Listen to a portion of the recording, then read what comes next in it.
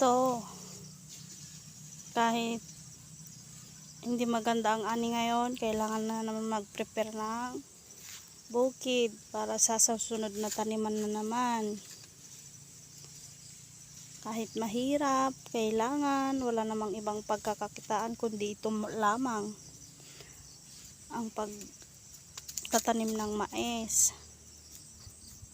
Ito kasi ang isa sa ang source of income ng mga magsasaka dito sa amin, dito sa Isabela.